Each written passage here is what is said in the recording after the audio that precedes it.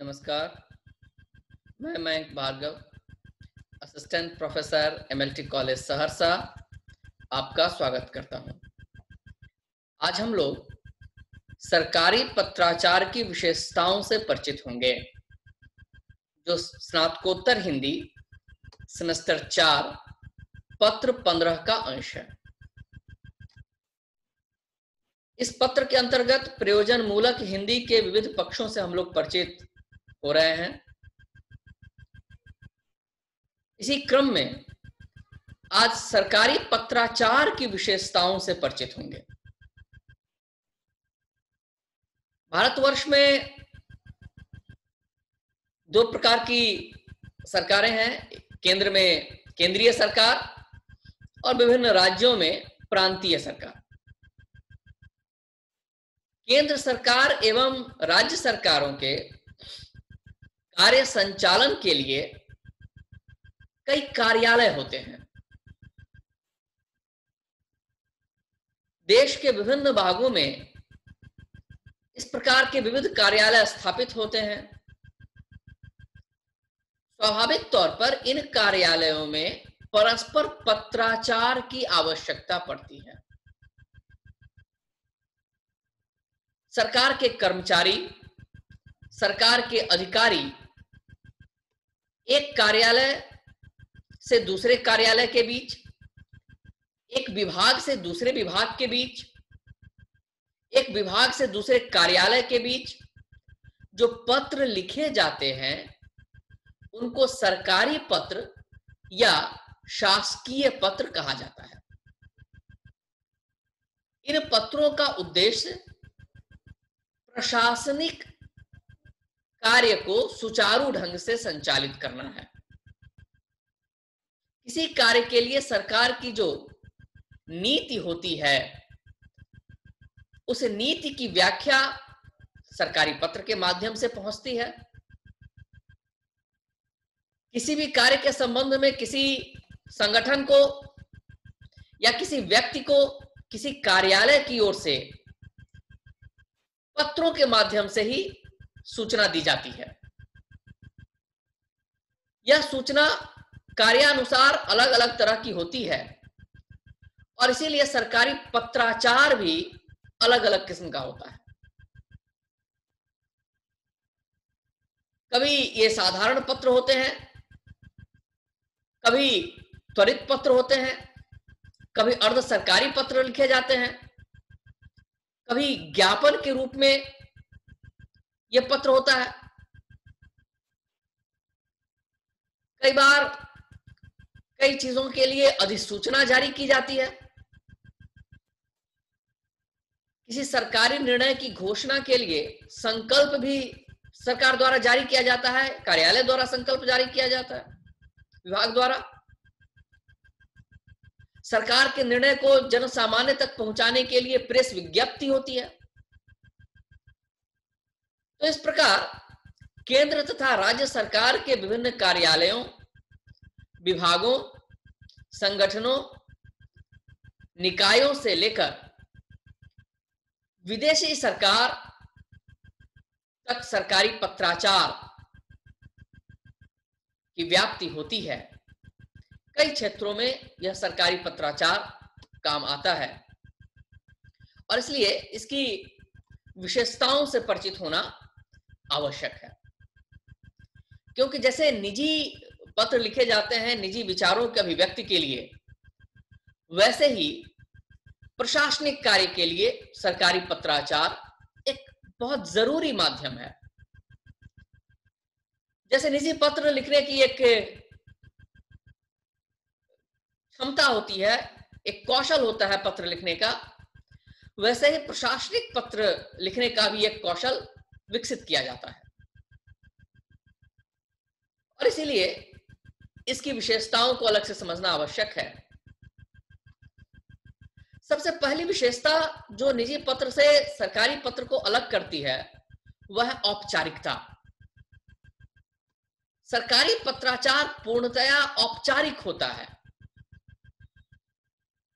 निजी पत्र निजी संबंधों के आधार पर लिखे जाते हैं। निजी संबंध अनौपचारिक होते हैं, इसीलिए उन पत्रों में अनौपचारिकता होती है। और सरकारी पत्र एक विशेष उद्देश्य से लिखा जाता है जो पूरी तरह औपचारिक ढांचे में निश्चित किया जाता है। इसीलिए सरकारी पत्राचार की प्रमुख विशेषता है औपचारिकता। इसकी दूसरी प्रमुख विशेषता है लेखन की निश्चित विधि एवं प्रक्रिया।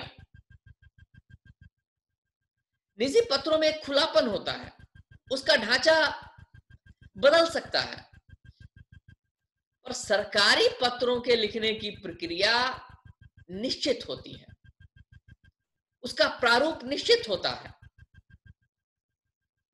प्रयोजनानुसार, आवश्यकता अनुसार, विषय वस्तु के अनुसार अलग अलग सरकारी पत्र लिखने की अलग अलग शैली निश्चित है। उनका आकार, प्रकार, उसकी प्रविधि, उसका प्रारूप वह समान है।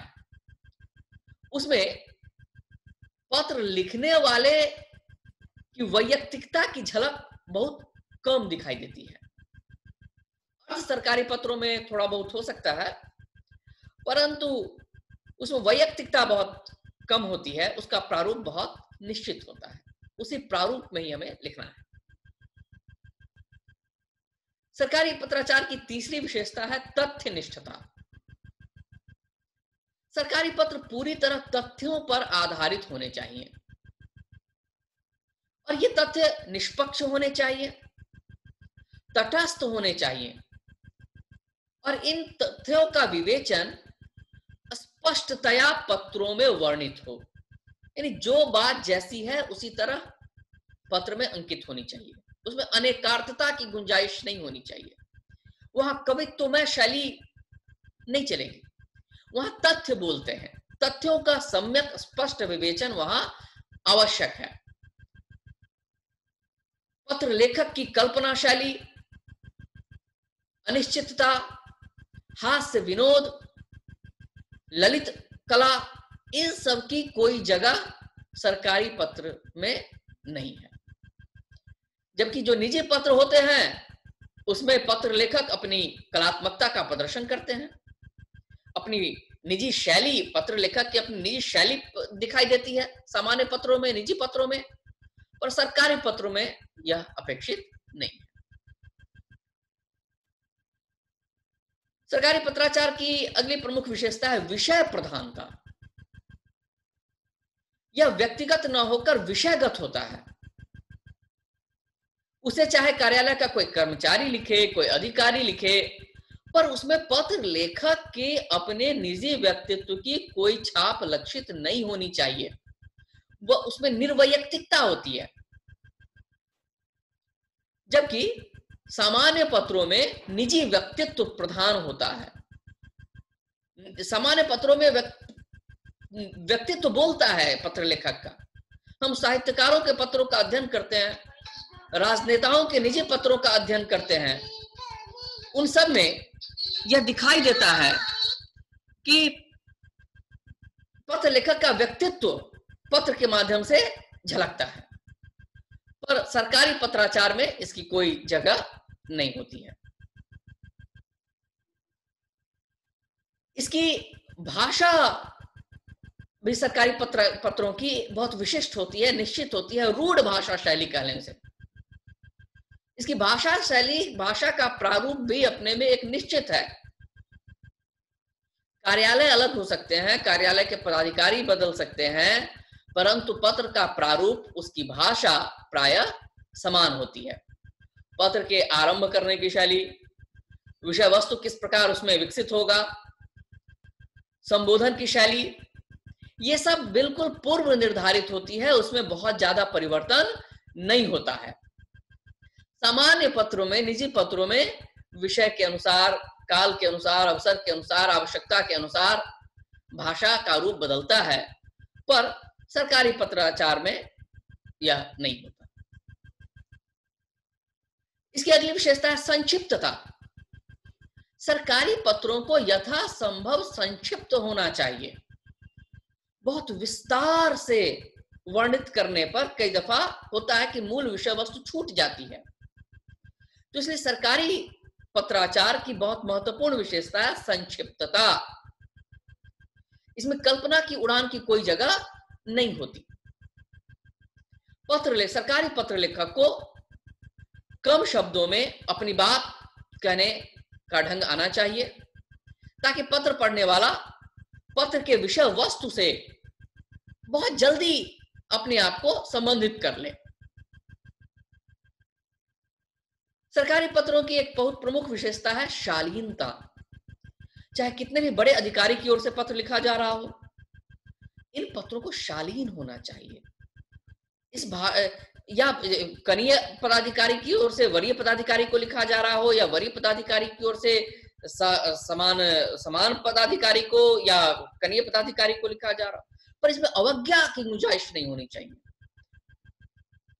इसे अधिकार मद भी नहीं झलकना चाहिए। इन पत्रों को, सरकारी पत्र को शालीन होना चाहिए। इसकी एक और महत्वपूर्ण विशेषता है स्वयं पूर्णता। ये पत्र अपने आप में स्पष्ट होने चाहिए, पूर्ण होने चाहिए। एक अच्छा सरकारी पत्र वही है जिसके लिए कोई अलग से फिर कोई कागजात न मंगाना पड़े।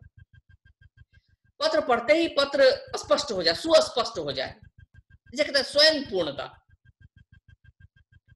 तो इन विशेषताओं के आधार पर एक आकर्षक और प्रभावी सरकारी पत्र लिखा जा सकता है।